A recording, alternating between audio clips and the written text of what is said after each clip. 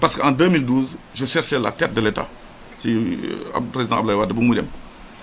président Macky Sall gis ma ne ma ñëwal bàyyi suñu programme benn la ñoo nekk sama ginnaaw maay sa mag ma topp ci ginnaawam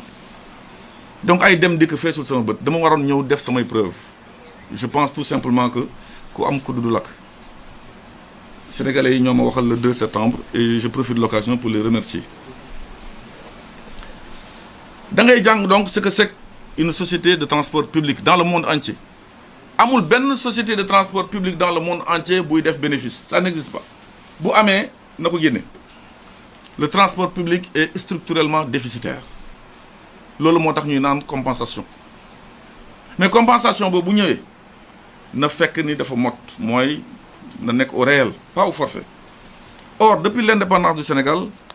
société d'État bi nga xam ne mooy Dakar Dem Dikk di nga koy indemniser au forfait mooy dina la devoir 7 milliards ñun la 4-5 la ñu am pour soutenabilité budgétaire comme que di la nommé par décret boo waxee ñu dàq la ku la yónni abal lay bët bu la nee muut da ngay noppi man nag nekkoon naa ci biir xaw a lakkale tuuti j'étais un petit perturbateur moo tax mu mën a téye kër gi pendant 6 ans zéro grève tous les salaires payés amul benn impayé pendant 6 ans parce que xaalis bi fu mu ko war a jëlee dinaa ko jëli nga tudd ministre nga tudd président de la République dinaa ñëw ba ci yow ne la y a problème mettre les formes jaar sama ministre de tutelle technique moo nekk le ministère des Transports donc aucune société au monde ne peut réaliser des bénéfices tout le monde est déficitaire ñu ñëw ci Sénégal de 2012 à 2016 d'abord parce que je vais vous dire pourquoi je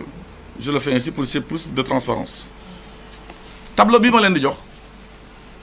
2012 2016 vous voyez à droite 2012 mais 2016 moi je suis arrivé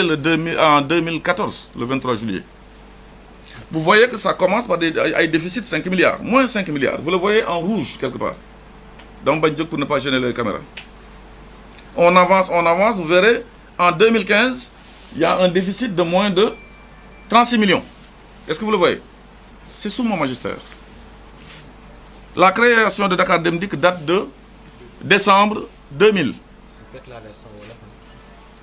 waaw ma ne création Dakar Dem Dikk ñu ngi ko créé en 2000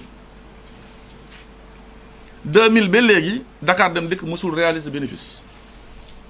mënu ko mooy lu ma leen wax sur le plan mondial mais déficit bu gën a tuuti ci Dakar Dem Dikk maa ko def en 2015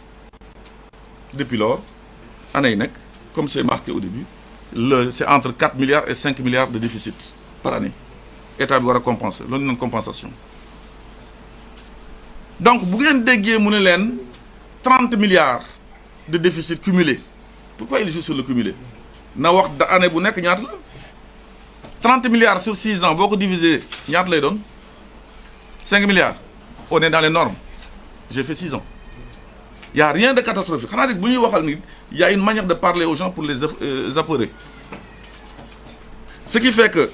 une perte de 5 milliards par année c'est tout à fait dans les normes la compensation arrive à 4 milliards 7 et ne couvre même pas la perte donc pour toutes ces raisons je pense que les choses sont très claires non seulement sur le tableau jusqu'à 2016 mais à partir de date boobu jusqu'en 2020 les 6 ans yi ma def Dakar Dem Dikk il y a rien d'extraordinaire que de situation yoo xam ni moo fu ma sa am